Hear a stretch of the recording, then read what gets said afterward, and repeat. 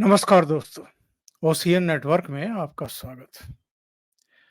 आज इस पर जरा तहकीकात करेंगे कि अरविंद केजरीवाल को अभी तिहाड़ जेल पहुंचे हुए मात्र 3 दिन हुए हैं और 21 मार्च को गिरफ्तारी के बाद उनको 22 मार्च को ईडी की हिरासत में भेजा था कोर्ट ने। फिर 28 मार्च को 4 दिन के लिए और भेजा था और उसके बाद न्यायिक हिरासत में भेज दिया। लेकिन आम आदमी पार्टी उनकी हेल्थ को लेकर के झूठ क्यों बोल रही है, मक्कारी क्यों कर रही है? उन्होंने दावा किया, खास तौर से आतिशी मार लेना और इनके जो दिलीप पांडे हैं, उन्होंने अलग-अलग प्रेस कॉन्फ्रेंस करके कहा कि साहब, लोकनायक जी की यानी सर जी की जो कुल मिलाकर के जो वजन था वो 4.5 किलो घट गया है पिछले 11 दिन में। जेल प्रशासन ने स्पष्ट किया कि 65 किलो के आए थे, 65 किलो के ही हैं। इसके अलावा इनका बीपी वगैरह, इनका शुगर लेवल बिल्कुल एकदम फिट है, यानी चंगे हैं। तो फिर झूठ क्यों बोला जा रहा है? ये मक्कारी क्यों की जा रही है? क्या अरविंद केजरीवाल और उनकी पत्नी चाहती हैं कि दिल्ली की जनता और देश की जनता की सिंपैथी जो है, वो अरविंद केजरीवाल को मिले? क्या इस कदर भयाक्रांत हैं ये लोग? और चूँकि शराब घोटाले के साथ नाम जुड़ा है, शराब घोटाला, कोई ऐसा-वैसा घोटाला नहीं, शराब से रिलेटेड, इसलिए छवि चूँकि तहस-नहस हो चुकी है, इसलिए एक तो ये शिगूफा छोड़ा गया। नंबर 2, संजय सिंह, जो 6 महीने जेल में रहे और जेल में वो कोई नरेंद्र मोदी की मर्ज़ी से या भारतीय जनता पार्टी की मर्ज़ी से नहीं रहे हैं। उन पर एलिगेशन लगे हैं, उनको अदालत ने ही जेल में रखा। अभी दिसंबर में सत्र न्यायालय ने उनकी याचिका खारिज की थी ज़मानत ज़मानत की। और अभी फरवरी में भी हाई कोर्ट ने खारिज की थी और अब सुप्रीम कोर्ट ने, अगर ईडी विरोध करती तो शायद फिर जमानत नहीं मिलती, पर ईडी ने विरोध ही नहीं किया और इनको जमानत मिल गई। पर जब वो बाहर आए तो ऐसा जश्न मनाया जा रहा है, ऐसी पुष्प वर्षा की जा रही है कि जैसे पता नहीं श्रीलंका या पाकिस्तान या चाइना से युद्ध जीत करके आ रहे हैं या बहुत सारे मेडल जीत करके आ रहे हैं। मेरे साथ बहुत ही खास मेहमान जुड़ रहे हैं। प्रयागराज से अनुपम मिश्रा जी को जोड़ते हैं और फिर इस पर चर्चा करते हैं और कुछ दूसरे मुद्दे हैं, फिर उनको भी बहस में लेकर के आएँगे। अनुपम जी, बहुत स्वागत है आपका। नमस्कार। मैं क्षमा चाहता हूँ ओंकार जी, मेरी वजह से आपका प्रोग्राम 5 मिनट डिले हो गया। कोई नहीं सर, हमारे जो दर्शक हैं वो दयालु हैं और वो समझते हैं।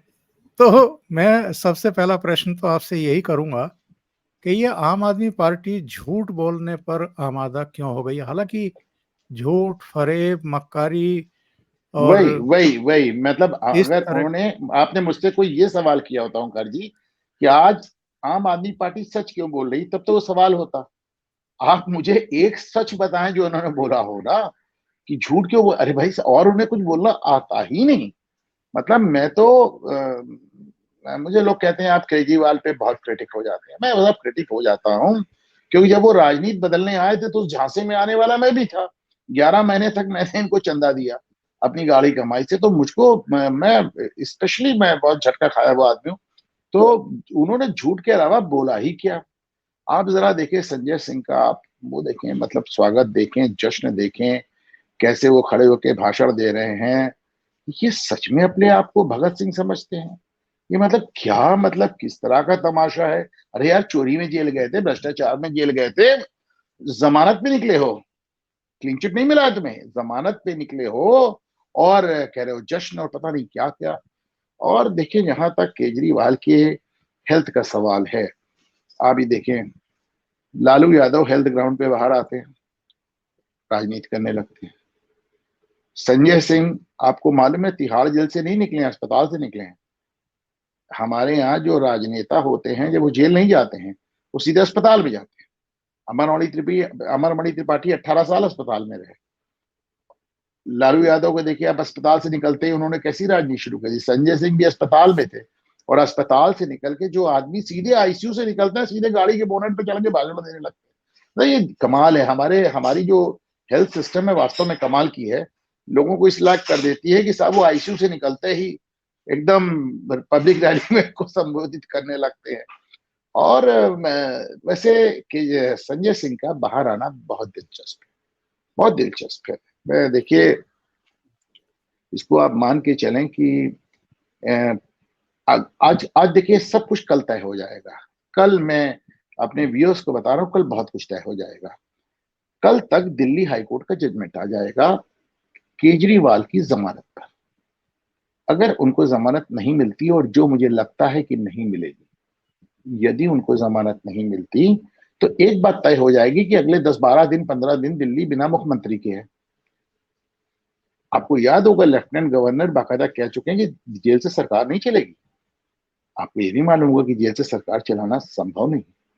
अब ऐसे में जब ये तय हो गया कि साहब आने वाले 2 हफ्ते कोई मुख्यमंत्री नहीं, तो झक मार के केजरीवाल को इस्तीफा भी देना होगा, नहीं तो लेफ्टिनेंट गवर्नर साहब उनको हटाएंगे, कोई ना कोई नया मुख्यमंत्री आएगा।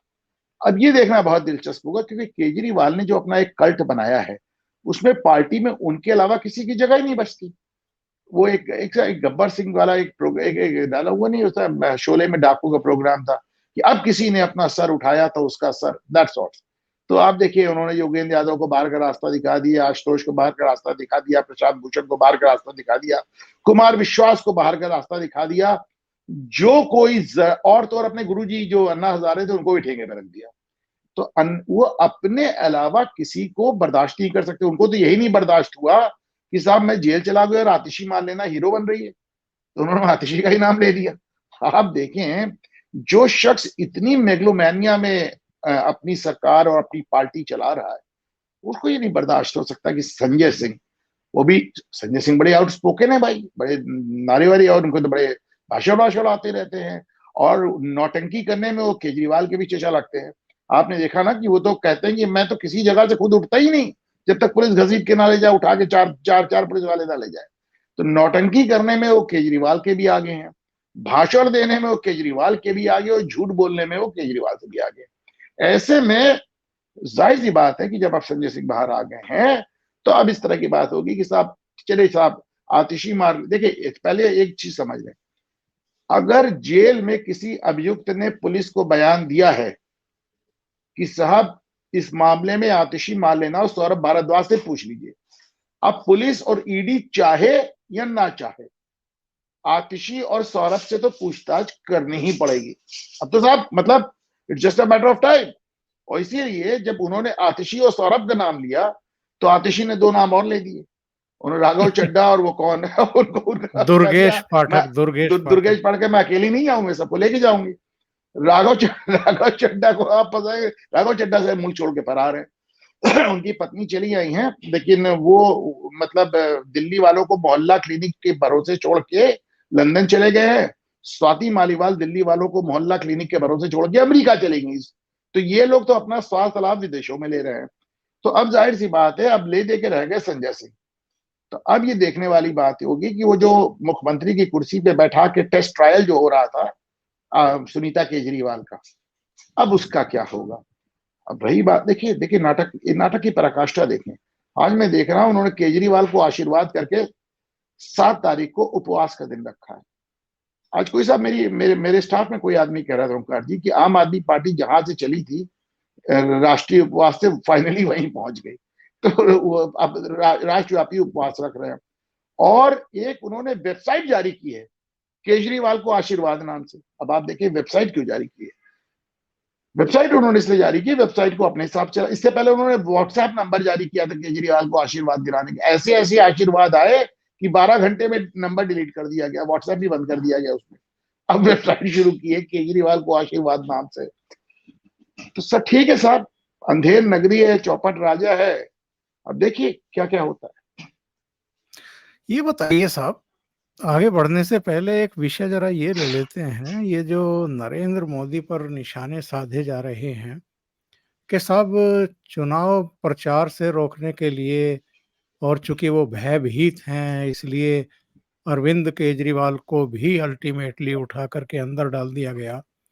मैंने एक शो किया था कल भी किया था, आज भी किया था। मैंने एक प्रश्न दर्शकों के सामने रखा था कि कितनी बड़ी तोप हैं अरविंद केजरीवाल नरेंद्र मोदी के लिए। 2014 में वाराणसी में मुंह की खा करके आए थे, 434 कैंडिडेट उतार दिए थे, 418 की जमानत जब्त हो गई थी। केवल पंजाब से 4 एमपी जीते थे, दिल्ली से एक भी सीट नहीं मिली थी 2014 में। 2019 में वो एक एमपी रह गया, भगवंत मान संगरूर से, दिल्ली की एक भी सीट नहीं मिली। तो नरेंद्र मोदी को क्या खतरा है इनसे? और ये जो परसेप्शन क्रिएट किया जा रहा है कि अपने विरोधियों को नरेंद्र मोदी उठा करके जेल में डाल रहे हैं, तो मैं एक आंकड़ा देख रहा था, एक जानकारी देख रहा था। 2011 में कनिमोझी और ए राजा जेल भेजे गए। कौन था प्रधानमंत्री? 2010 में सुरेश कलमाड़ी जेल गए। 2017 में मुलायम सिंह पर केस दर्ज हुआ। 2008 में शिबू सोरेन जेल गए। 1997 में लालू यादव जेल गए। 1994 में झामुमो रिश्वत कांड हुआ। 1987 में बोफोर्स मामले में राजीव गांधी का नाम आया और 90 में एफआईआर में उनका नाम आ गया। और 2013 जब नरेंद्र मोदी नहीं थे, नेशनल हेराल्ड केस जो है वो अदालत पहुंच गया। दोनों माँ बेटा जमानत पर हैं। तो ये नरेंद्र मोदी पर इस तरह के हमले क्यों हो रहे हैं, जबकि अतीत में भी दूसरी सरकारों के समय भी जो भ्रष्टाचारी थे, जिन पर आरोप लगे थे, उनकी जेल यात्राएं हुई हैं। देखिए ओंकार जी, एक बार अखिलेश यादव ने ट्वीट किया था कि मोदी जिससे डरते हैं उसको जेल भेज देते हैं।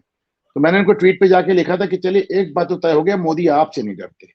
10 साल में आपके खिलाफ एक मुकदमा नहीं था, उल्टे जो एक मुकदमा था वो भी सीबीआई ने हलफनामा देके सुप्रीम कोर्ट में आज से अधिक मामला उसको वापस ले लिया। आपसे तो नहीं डरते। और जो वो शख्स ये कह रहा है कि मोदी जिससे डरते हैं जेल भेज देते हैं, मोदी उनसे नहीं डरते क्योंकि वो बाहर रह के कह रहा है। फिर वो राहुल गांधी हो, लालू यादव हो, ममता बनर्जी हो, तेजस्वी जो भी है, तो सब आपको जेल नहीं भेजा तो एक बात तो तय हुई कि मोदी आपसे नहीं डरते, पहली बात।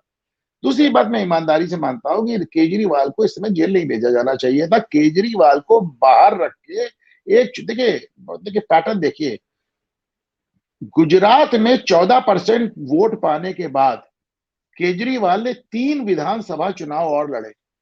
तीनों विधानसभा चुनाव में केजरीवाल को नोटा से आधा मिला।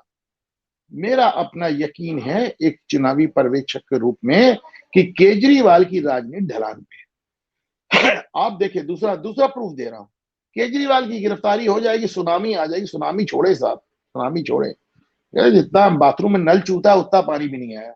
आप देखिए दिल्ली में 2 आदमी नहीं इकट्ठा। पंजाब का हाल देख ले, कहीं जहां पे उनकी सरकार, मुख्यमंत्री सब बैठा हुआ है, कोई प्रोटेस्ट नहीं। तो जिस शख्स की पहले से राजनीति ढलान पे है उसको नहीं छोड़ना चाहिए, ये छेड़ना नहीं चाहिए उसको बिल्कुल। साहब उसको एक चुनाव और बड़े मुतमईन होकर हार लेने दीजिए। जेल का क्या है, इंक्वायरी का क्या है, अभी नहीं तो 3 महीने बाद हो जाएगी।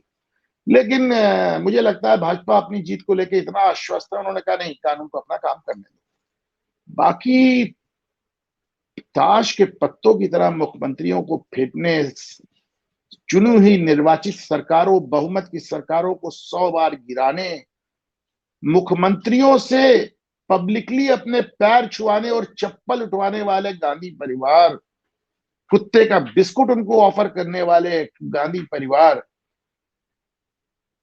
कितने नेताओं को जेल भेज के उनकी जिंदगी तबाह करने वाली कांग्रेस पार्टी, लालू यादव वाला अध्यादेश राहुल गांधी ने फाड़ा। तो आप देखिए, जब ये कहते हैं नरेंद्र मोदी ऐसा कर रहे हैं या नरेंद्र मोदी तानाशाह है, तो कमाल ही है। आज छत्तीसगढ़ में नेता विपक्ष कह रहे हैं कि मुझे एक आदमी चाहिए जो नरेंद्र मोदी का लाठी से सर फोड़ सके और जो नवीन जिंदल को जूते से मार सके। और आपको भूपेश बघेल के साथ जाना चाहिए, बघेल साहब लाठी रखते हैं। अच्छा, प्रधानमंत्री का सर फोड़ने की बात कर रहे हैं, आईपीसी की धाराएं बनती है साहब इसमें, और ये नेता विपक्ष है। और उसके बाद नरेंद्र मोदी डिक्टेटर भी हैं। वो कहते हैं साहब वो तो नॉर्थ कोरिया वाले किम है। नॉर्थ कोरिया वाला किम, आपको मालूम है क्या करता है? उसने अपने बहनोई को शिकारी कुत्तों के सामने डाल दिया था। यहाँ प्रधानमंत्री का सर फोड़ने जा रहे हैं। कैसे डिक्टेटर, कहा डिक्टेटर भी समझ के बाहर है। तो बहरहाल मेरा अपना मानना है कि जो बयानबाजी कि नरेंद्र मोदी इससे डरते हैं, उससे डरते हैं, चुनाव में बयान तो देखिए वहां तक जा रहे हैं कि दिग्विजय सिंह घूम घूम के कह रहे हैं कि हर कॉन्स्टिट्यूंसी से 500 लोग लड़ा दो, क्योंकि उतने लोग हो जाएंगे कि ईवीएम की कैपेसिटी से बाहर हो जाएगा तो बैलेट चुनाव कराना पड़ेगा। तो अब इस मतलब एकदम बिना सरकार के बयानों का क्या किया जाए पता है मुझे होगा। मैं यही मानता हूं कि अभी चुनाव आते आते तक इन बयानों की जो पिच है अभी और बढ़ेगी। अभी देखिए और नीच वाले बयान आएंगे, मौत के सौदागर वाले बयान आएंगे, खून की दलाली वाले बयान आएंगे, अभी बहुत आएंगे। हालांकि देखिए भी उसने उमर अब्दुल्ला ने कहा कि साहब हम मोदी को एक ईंटा मारते हैं, उस ईंटे से घर बना लेते हैं। हमको कब ये बात समझ में आएगी कि मोदी का जो पर्सनल क्रिटिसिज्म है वो जनता को टॉलरेट नहीं होता। लेकिन ठीक है, नहीं समझ में आ रही बात। चुनाव तक अभी मुझे लगता है कि ये अभी पिच और हाई होगी। और एक और आखिरी कारण भी है इसमें ओंकार जी, जी, जी। रिजल्ट कार्ड आपके पास है नहीं, आप दिखाओगे क्या? मोदी ने पिछले 10 साल में पिछले 60 सालों के 2 रिजल्ट सामने रख दिए, कहने का आपके पास कुछ है नहीं। महंगाई आपके जमाने में चली गई थी 15-16%, आज वो 6% पे आ जा रही है। इंफ्रास्ट्रक्चर वो आपको दिखा रहा है। आपने एक एम्स बनाया, उसने इतने एम्स बना दिया। आपने 5 आईटी बनाया, उन्होंने इतने आईटी बना दिए। आपने कह दिया चाइना बॉर्डर छूना नहीं, उसने चाइना बॉर्डर पे 4 लेन रोड्स बना दी, टनल्स बना दी। आपने कहा कि साहब हवाई जहाज को प्राइवेट सरकारी कर दो, उसने एयर इंडिया को वापस प्राइवेट कर दिया। तो रिजल्ट कार्ड है उनके पास दिखाने का, तो आपके पास कुछ कहने को है नहीं। तो फिर अब इस तरह की बयानबाजी भी अगर आप उनसे ले लेंगे ओंकार जी, तो आप क्या चाहते हो, चुनाव ही ना लड़े? ये बताइए, अरविंद केजरीवाल ने तो मतलब एक ऐसा कलंक माथे पे ले लिया है जो आज तक इस देश में किसी मुख्यमंत्री के नाम नहीं हुआ। कम से कम सबने, यहाँ तक के लालू ने भी इस्तीफा दे दिया था गिरफ्तारी से पहले, जयललिता ने भी इस्तीफा दे दिया था। बहुत पीछे ना जाएं तो अभी हेमंत सोरेन ने इस्तीफा दिया है। अभी मैं जस्टिस अजय रस्तोगी जो सुप्रीम कोर्ट से रिटायर्ड हैं, उनका एक बयान पढ़ रहा था। उनका कहना था कि ये चीफ मिनिस्टर रहने ही नहीं चाहिए। ये कोई फंक्शन नहीं कर सकते हैं जेल में रह करके, किसी फाइल पर सिग्नेचर भी नहीं कर सकते हैं, किसी अफसर से नहीं मिल सकते, किसी मीटिंग को नहीं बुला सकते। तो ये काहे के चीफ मिनिस्टर हैं? तो जनादेश का अपमान कर रहे हैं। तो ऐसे में आपको क्या लगता है ये कब तक खींचेंगे इस चीज को, और कब इनको बर्खास्त किया जाएगा, या ये मजबूर किए जाएंगे कि अपनी जगह किसी दूसरे को चीफ मिनिस्टर बनवाएं? ओंकार जी, मैंने सबसे पहले इसी सवाल का जवाब दिया था कि मुझे उम्मीद है कल तक दिल्ली हाईकोर्ट का जजमेंट आ जाएगा। दो ही सूरतें बनती हैं, उनको जमानत मिलेगी या नहीं मिलेगी। इस बात की ज्यादा उम्मीद जाहिर की जा रही है कि उनको जमानत नहीं मिलेगी। और अगर उनको जमानत नहीं मिलती तो अभी तो लग रहा है कि साहब अभी तक जेल नहीं गए थे, कह रहे थे ईडी कस्टडी में है, ईडी कस्टडी हिरासत, जेल नहीं गए, चलिए मान लिया। अब वो जेल चले गए हैं। और अब अगर उनको कल जमानत नहीं मिलती ओंकार जी, तो एक साफ साफ बात सामने आ जाएगी कि साहब दिल्ली आने वाले 2 हफ्तों के लिए बिना मुख्यमंत्री का है। और उसके बाद केजरीवाल को या तो इस्तीफा देना पड़ेगा, नहीं तो लेफ्टिनेंट गवर्नर साहब को केजरीवाल को बर्खास्त करने के लिए मजबूर होना पड़ेगा।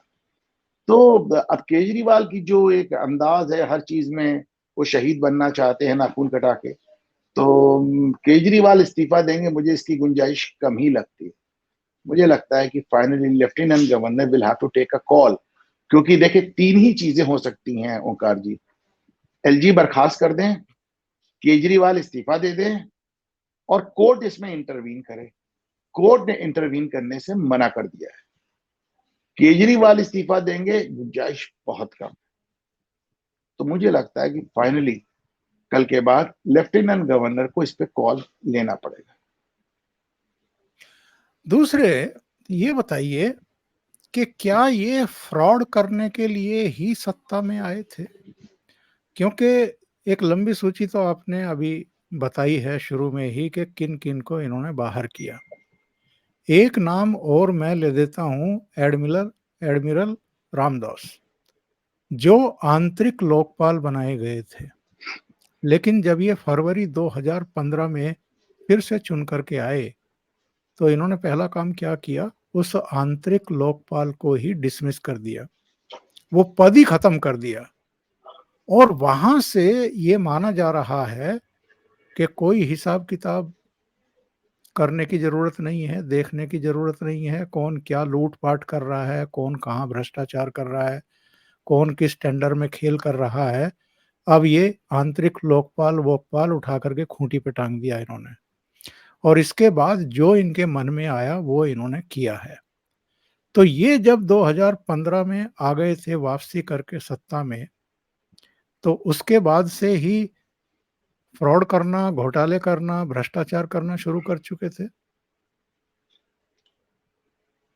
अब आप सोचिए ओंकार जी की जो केजरीवाल का आंदोलन था उसका नाम ही था लोकपाल आंदोलन।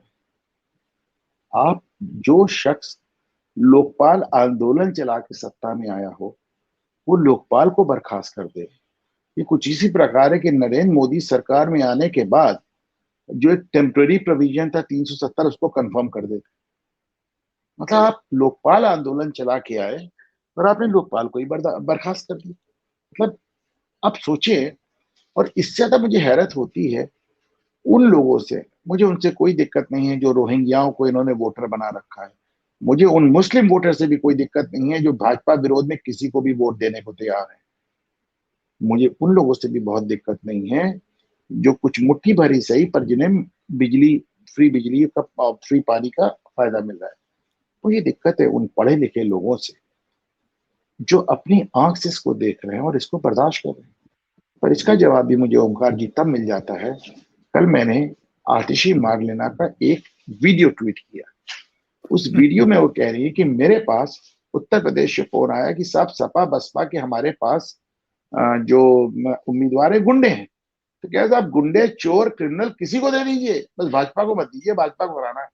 तो जहां मानसिकता ऐसी हो वो पार्टी क्या होगी आप समझ लें। लेकिन मुझे उसके कुछ पढ़े लिखे फॉलोअर्स पता नहीं क्यों अभी तक ओंकार जी आश्चर्यचकित करते हैं, जिनको मैं ज़ोंबी कहता हूं।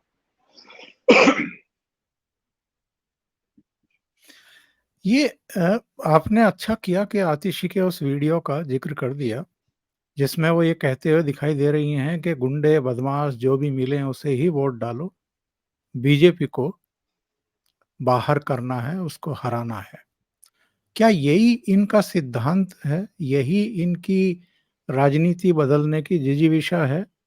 और इस बार तो मुझे लगता है कि आतिशी को घेर लिया है बीजेपी दिल्ली यूनिट ने, क्योंकि सचदेव का बयान आ गया है कि हमने लीगल नोटिस भेज दिया है इनको और इनसे कहा है कि 15 दिन में या तो माफ़ी मांगो, अपना बयान वापस लो, जो झूठ बोला है कि साहब मुझे बीजेपी ने किसी मेरे करीबी के जरिए संदेश भिजवाया कि या तो बीजेपी ज्वाइन करो या फिर जेल जाने के लिए तैयार हो जाओ। तुम्हारे यहाँ समन भिजवाए जाएंगे, तुम्हारे यहाँ रेड डलवाई जाएगी, तुम्हारे रिश्तेदारों के यहाँ रेड डलवाई जाएंगी। ये आरोप लगाओ और भाग जाओ। ये जो रणनीति और नीति या साजिश इन्होंने शुरू से रच रखी है, इस बार बीजेपी ने लीगल नोटिस देकर के इस पर अंकुश लगाने की कोशिश की है। अंकुश लगेगा, नहीं लगेगा? मैं नहीं मानता ओंकार जी, मैं बिल्कुल नहीं मानता।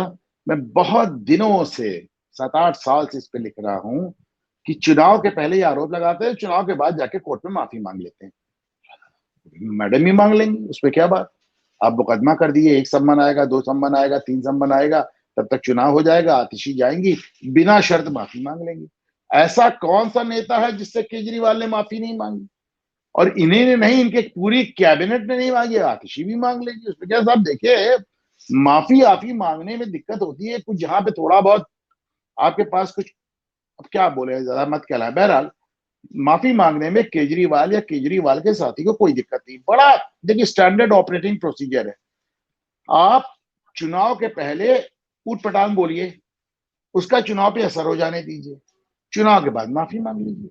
राहुल गांधी ने कहा कि साहब मैं यात्रा कर रहा था, मेरे पास कश्मीरी औरतें आके कह रही थी कि साहब हमारे साथ फौजी बलात्कार कर रहे हैं। दिल्ली पुलिस ने नोटिस दे दिया। कहा साहब कौन सी औरतें कह रही थी, किस जिले में कह रही थी, कहाँ कह रही थी, बताइए, हम कार्रवाई करें। मुझे कुछ नहीं याद, मुझे कुछ नहीं। कुछ रोज कहते हैं कि साहब मैं पार्लियामेंट में बैठा था, भाजपा के एक बड़े लीडर आए, हमसे बोले दम घुट रहा है यार मोदी के राज में। कौन लीडर आए, कहाँ आए, पता नहीं, हेलुसिनेट करते यार। देखिए कि मैं समझ में आया, शायद सफेद झूठ इसी के लिए कहा गया है, जो ये सफेद सफेद कुर्ते पहन के बोला जाता है। आप मतलब कुछ भी बोल दे रहे हैं, आपको कोई भी बात, आप देखिए जो सबसे बड़े झूठ चल रहे हैं, आप कहते हैं उद्योगपतियों का कर्जा माफ कर दिया। सर राइट ऑफ और वेव ऑफ करने में आपको अंतर नहीं मालूम। थोड़ा मुद्दे से भटक रहा हूं ओंकार जी, लेकिन हमारे व्यूअर्स जान ले इस बात को कि राइट ऑफ करना यानी बट्टे खाते में डाल देना। बट्टे खाते में डालने का मतलब है कि अब बैलेंस शीट पे अनुपम मिश्रा मानिए, मैं अनुपम मिश्रा ने 100 करोड़ लोन लिया है, तो उन्होंने कहा नहीं देना है, तो उसको बट्टे खाते में डाल दिया, उसको बैलेंस शीट पे नहीं दिखाएंगे और अनुपम मिश्रा के खिलाफ कानूनी कार्रवाई करेंगे पैसा वसूलने के लिए। वेव ऑफ वो होता है कि सिरे से कर्जा माफ कर देना, एक आदमी का पैसा माफ नहीं हुआ। वेव ऑफ वो होता है जो किसानों के कर्जे माफ होते हैं, जो किसानों के बिजली के बिल माफ होते हैं, उसको वेव ऑफ कहते हैं। लेकिन खुलेआम डंके की चोट पे कह रहे हैं कि साहब उद्योगपतियों का इतने हजार करोड़ रुपया माफ कर दिया। अब कितने हजार करोड़ भी कोई श्योर नहीं है, मौके पे जो मुंह में आ गया, कभी 50,000 करोड़, कभी 25,000 करोड़, जितना बोलने में जबान नहीं लटपटाई उतना बोल दिया। लेकिन सब चल रहा है, किसको किसको घेरिए, कहाँ कहाँ पकड़िए। कहते हैं सोशल मीडिया पे कोई लगाम नहीं है, अब तो मैं भारतीय राजनीति पे भी कोई लगाम नहीं है। कुल मिला कुछ नहीं तो कह रहे हैं कि मोदी साहब आएंगे तो चुनाव नहीं होने देंगे आज के बाद। अब वो उस मतलब क्या बोलूं आपके शो पे, मतलब ध्रुव राठी को ले आके बताइए बयान देने के लिए, वो कल का फ्रॉड ये बताएगा कि क्या था मोदी साहब संविधान बदल देंगे। मियाँ 77 साल में 100 से ज्यादा बार आपका संविधान बदला जा चुका है। 120 से ज्यादा बार बदल कहते जी। रहा हूं 77 साल में 100 बार संविधान बदल चुकी है। अरे बदल देंगे, बिल्कुल। कितना बदल देंगे, इंदिरा गांधी की तरह थोड़ी बदल देंगे कि बिना किसी पूरे विपक्ष को जेल में डाल दिया और 2 शब्द डाल दिए संविधान में, सेकुलर और सोशलिस्ट। तो संविधान क्या बोल रहे हैं आप, संविधान ठीक है। अभी अभी आपने उन पे दबाव डाल के संविधान बदलवाया, सुप्रीम कोर्ट की जब SC ST पे रूलिंग आई, आप ही ने कहा संविधान बदलो, बदला उन्होंने, चेंज किया, कानून बदला, आपने कराया। अभी क्या मतलब संविधान बदल देंगे, चुनाव नहीं होने देंगे, देश को नॉर्थ कोरिया बना देंगे। आज मेरे ट्वीट पे कोई कह रहा है देश को नॉर्थ कोरिया बना देंगे। मतलब एक अजीब सा माहौल है ओंकार जी, मतलब क्या बोले।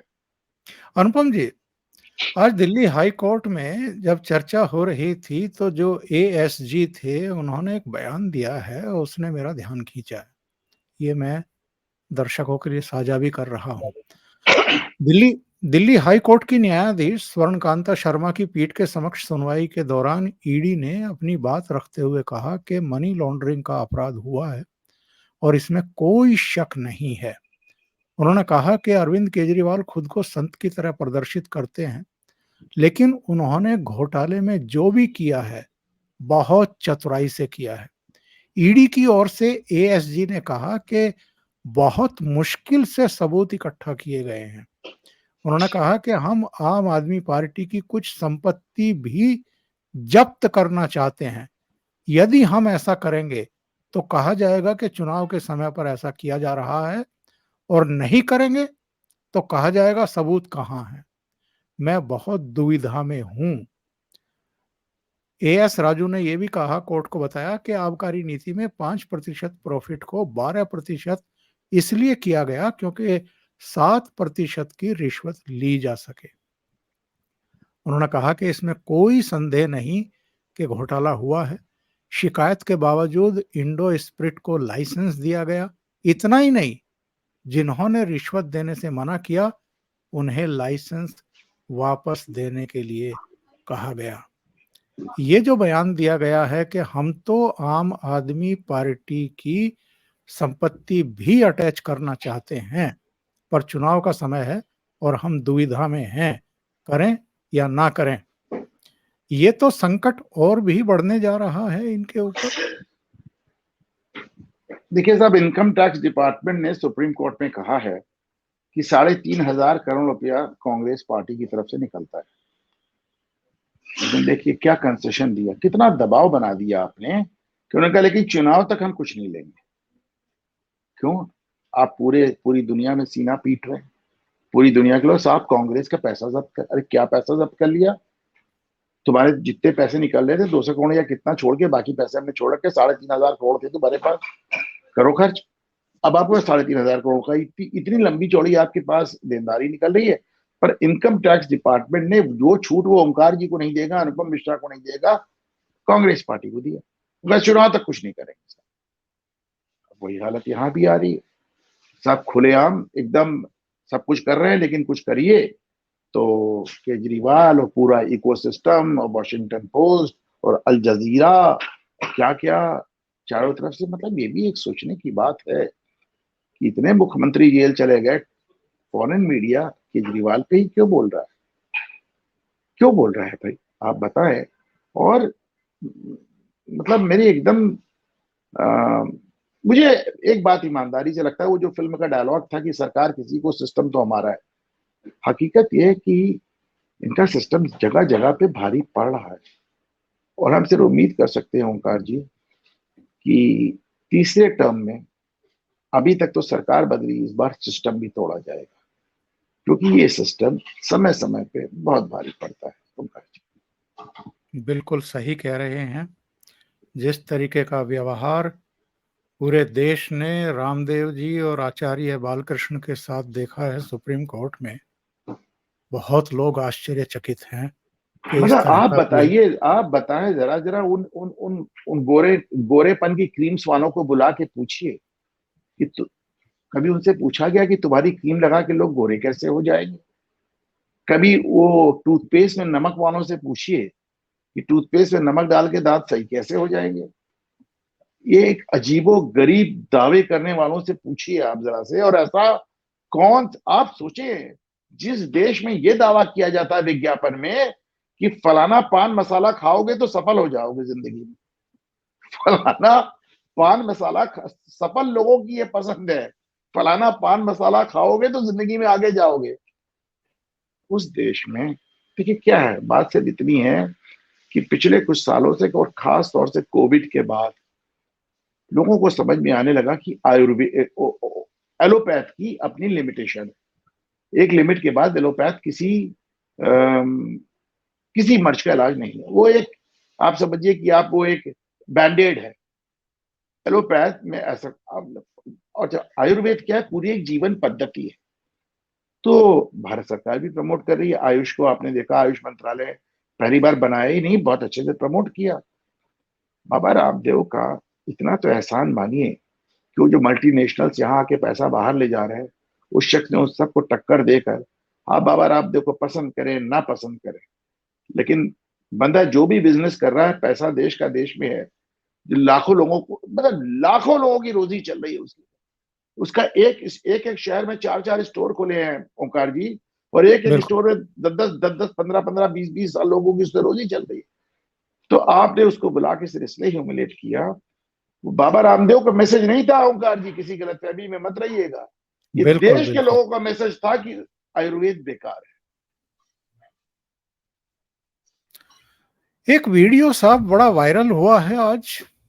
मल्लिकार्जुन खड़गे बैठे हुए विलाप कर रहे हैं।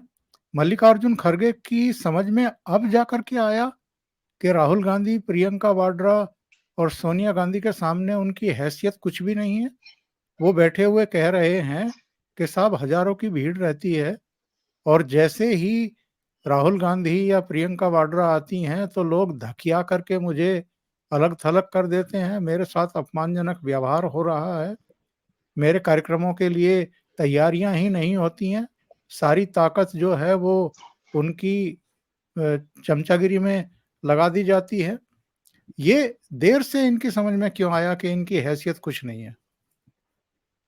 मल्लिकार्जुन खड़गे जब सोनिया गांधी के समर्थन से कांग्रेस अध्यक्ष बने थे, तो उनको क्या लग रहा था कि यूनाइटेड नेशन के सेक्रेटरी जनरल हो रहे हैं वो? जब वो बने थे सोनिया के समर्थन से अध्यक्ष, तो उन्हें नहीं मालूम था कि वो एक रबर स्टैंप से ज्यादा कुछ नहीं होंगे।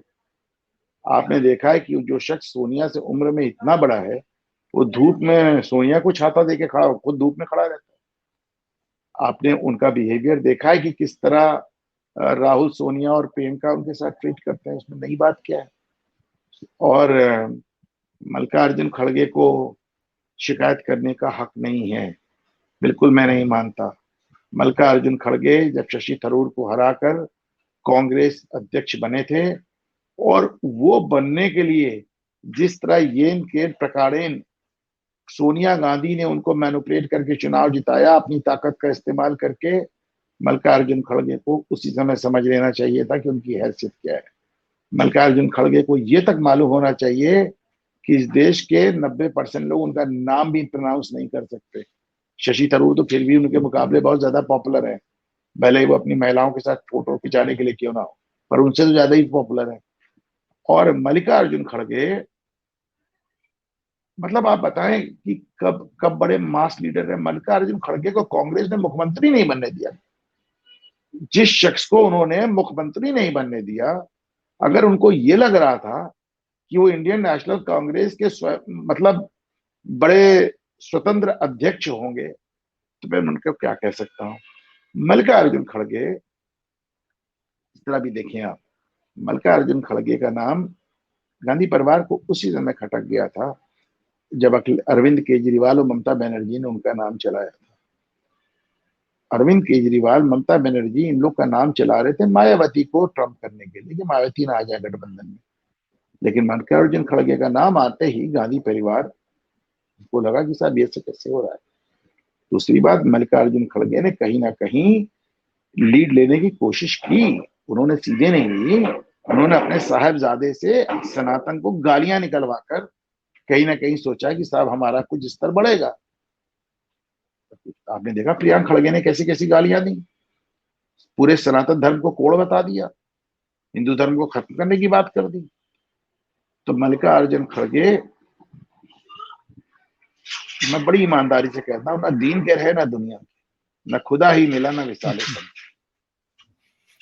और ये जो परसेप्शन बनाने की कोशिश कर रहे थे कि साहब एक आदिवासी राष्ट्रपति का अपमान किया गया, ना तो उनको प्राण प्रतिष्ठा समारोह में बुलाया गया और ना ही नई पार्लियामेंट के इनॉग्रेशन के समय उनको सम्मान दिया गया। तो खड़गे साहब तो खुद दलित हैं, तो अब अपने अपमान पर क्या कहेंगे? इस्तीफा देंगे क्या?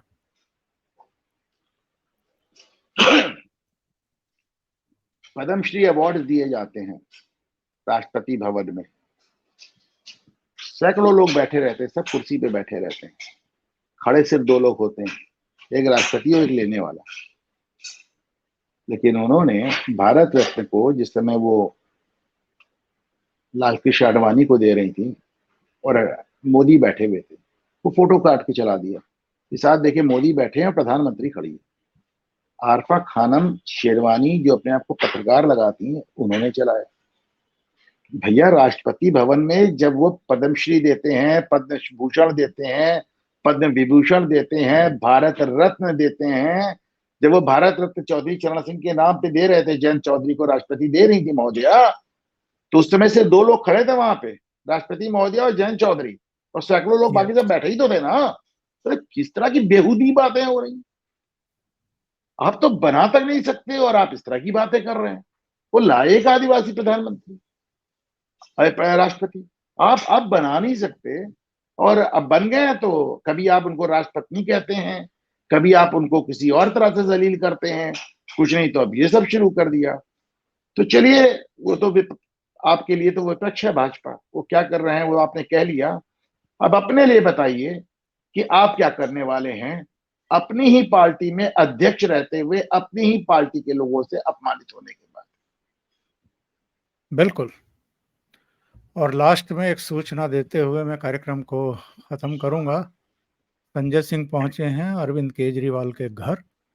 कैमरों के सामने अरविंद केजरीवाल की धर्मपत्नी सुनीता केजरीवाल के पैर छुए हैं और सुनीता केजरीवाल ने भी उनको गले से लगाया है, फिर उनकी पत्नी के गले मिले हैं। अब ये जो अभी सीन चल रहे हैं, लाड़ प्यार चल रहा है, एक दूसरे को रिगार्ड पे करने की। ओंकार जी, हेमंत सोरेन से लेके सारे आम आदमी पार्टी के नेताओं की पत्नियां अरे सुनीता केजरीवाल के पास जा रही हैं। आज मैंने ट्वीट करके पूछा है कि परिणीता चोपड़ा तो लौटा ही, राघव चड्ढा ने उनको नहीं भेजा सुनीता केजरीवाल के पास। ये ये बताइए, स्वाति मालीवाल और राघव चड्ढा कब लौटेंगे या नहीं लौटेंगे? क्योंकि ये सूचना आई थी ना बीच में। एक एक सवाल चलते-चलते और पूछ लेता हूँ। जो सूचना आई थी कि ये जो साउथ ग्रुप से पैसा मिला था, उसका करीब 45-48 करोड़ रुपया तो गोवा भेजा गया था। ये भी सूचना आ रही थी कि पंजाब चुनाव में भी वो खर्चा हुआ है। पंजाब के प्रभारी राघव चड्ढा थे। तो राघव चड्ढा क्या इसीलिए देश नहीं लौट रहे हैं? देखिए, राजनीतिक हलकों में खबर है कि राघव चड्ढा भाजपा से मोल-तोल कर रहे हैं। वो कहीं न कहीं आम आदमी पार्टी छोड़ना चाहते हैं, क्रॉसओवर करना चाहते हैं। लोग यहाँ तक कहते हैं कि उनके और बीजेपी के बीच में लिंक उनकी पत्नी परिणीति चोपड़ा बन गई हैं और बॉलीवुड के सोर्सेज के थ्रू। इस तक अच्छा देखिए, ये बात सच है या झूठ मैं ईमानदारी से नहीं जानता, पर मैं ये ज़रूर जानता हूँ कि केजरीवाल की गिरफ्तारी के समय आते ही राघव चड्ढा, जो पूरी दुनिया में घूम के हनीमून मना रहे थे, उनकी रातों रात आँख इतनी खराब हो गई कि जिसकी सर्जरी के लिए उनको इंग्लैंड भागना पड़ा।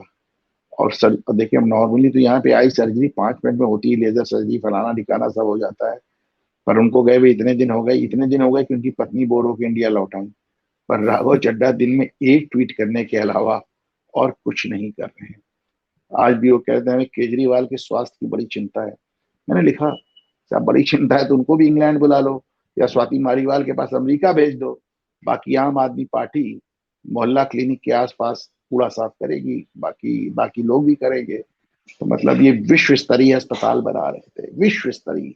आज भी आप दिल्ली में चले जाइए ओंकार जी, एक भी अस्पताल, चाहे वो सफदरजंग हो, चाहे वो एम्स हो, जितने आप नाम ले लीजिए, जितने कायदे के अस्पताल मिलेंगे सब सेंट्रल गवर्नमेंट के अधीन मिलेंगे, सारे सेंट्रल गवर्नमेंट के। मैं एक बार अपने व्यूअर्स को याद दिला दूं कि दिल्ली के जितने अस्पताल आप जानते हैं, जितने बड़े अस्पताल, सब सेंट्रल गवर्नमेंट के। एक अस्पताल ये नहीं बना पाए। कंटेनर्स में स्कूल चला रहे हैं, मोहल्ले में क्लिनिक चला रहे हैं। सिर्फ एक चीज शानदार इन्होंने बनाई, दिल्ली में अच्छे अच्छे बार बनाए, धुआंधार बार, धुआंधार। मोहल्ले मोहल्ले शराब बेच ली, शराब पीने वालों की उम्र कम कर दी। सोचिए, ये गांधी का नाम लेके राजनीति में आए थे, इन्होंने ड्रिंकिंग एज रिड्यूस कर दी कि साहब शराब की दुकानों का टाइम बढ़ा दिया और पीने वाले की उम्र कम कर दी। आप सोचिए, किसी ने सोचा था कि हिंदुस्तान में ये भी होगा? और एक के साथ एक फ्री बोतल। एक के साथ एक फ्री। एक मेरा अपना मानना है कि राघव चड्ढा भाजपा से कुछ करें या नहीं करें, पर बड़े मौके से निकल गए हैं साहब। और आम आदमी पार्टी को बताना पड़ेगा कि उनके दोनों राज्यसभा सांसद वो इस समय अगर विदेश जाके इलाज करा रहे हैं, तो उनके विश्व स्तरीय अस्पताल कहाँ हैं जिसमें वो दिल्ली वालों का अस्पताल इलाज कराना चाह रहे थे?